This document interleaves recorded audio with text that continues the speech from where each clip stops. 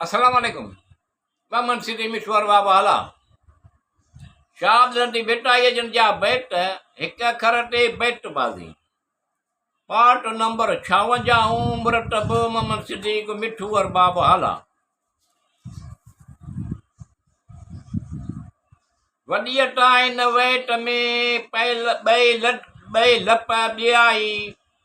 आहे ऊंढाई जो शिरक सहाई चिटी चिटाई अलफ से ऐनक में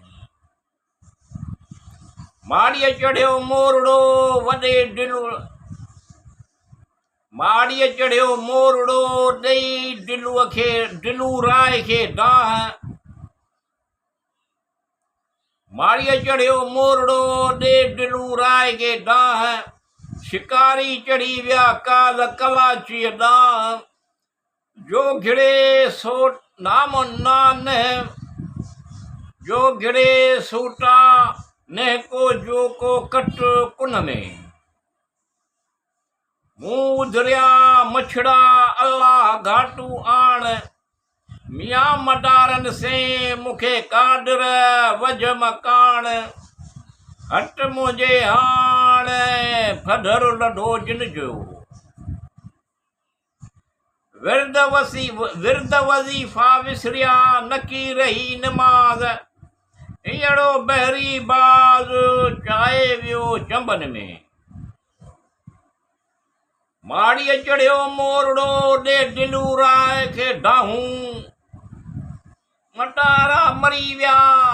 जे ॾेली हुआ बाहूं टेला हुयनि आऊं टोदराए सुतकड़ो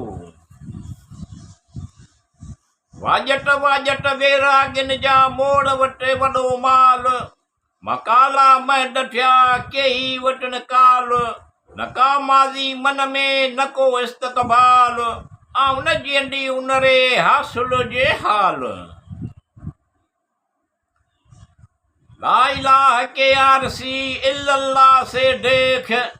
मोहम्मद सल्लल्लाहु अलैहि वसल्लम सूरत रब की जिसमें मीम न देख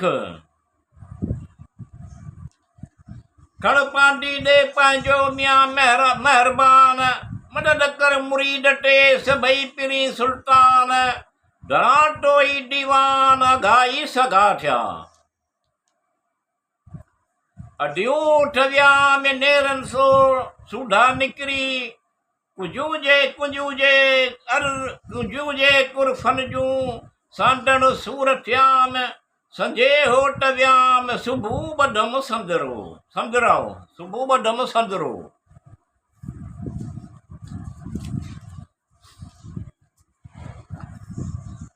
वेयूं पब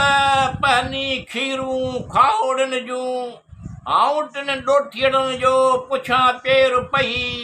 वञन रात रही जीअ डूंगर ॾोरिया उल्हे सिज वेर मकर मज़ूरन सी पसी मरा पेर डूंगर बारोचन पीर डूंगर बारोचन जा आटणो रांगे हलिया पारे छॾे पोइ हू वारी चा उठन ते हीटा जॾे जोए के हली के हठ खणे के रिड़ी के रोए को पुरे पुनूअ खे चोए मुठीअ माटम आणियो वसी विसाड़ियूं रट रोई पिरीअ खे पियूं खणनि पब ते नज़र निमाणियूं से कीअं पैलाणियूं जिन जींदो होट न वरियो वेठी ॾिसारा अॼु पुण आया की न की साजन लाइ सिके घणो सारे मुंहिंजो साह आणे निशाल अलाह वट अंगण थी न मोजरा अस्सलाम अलैकुम सुपरी वैलेकुम सलाम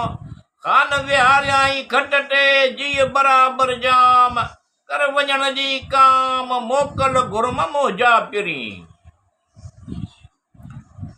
नैन शकील सिपरी भौर भिरूं भाला चिकिया भट फिराक जा अंदर में आला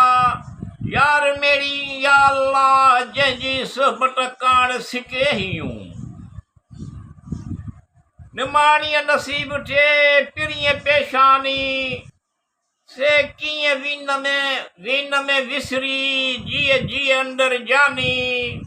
टिनी से बानी कहिड़ी हुज हलायां।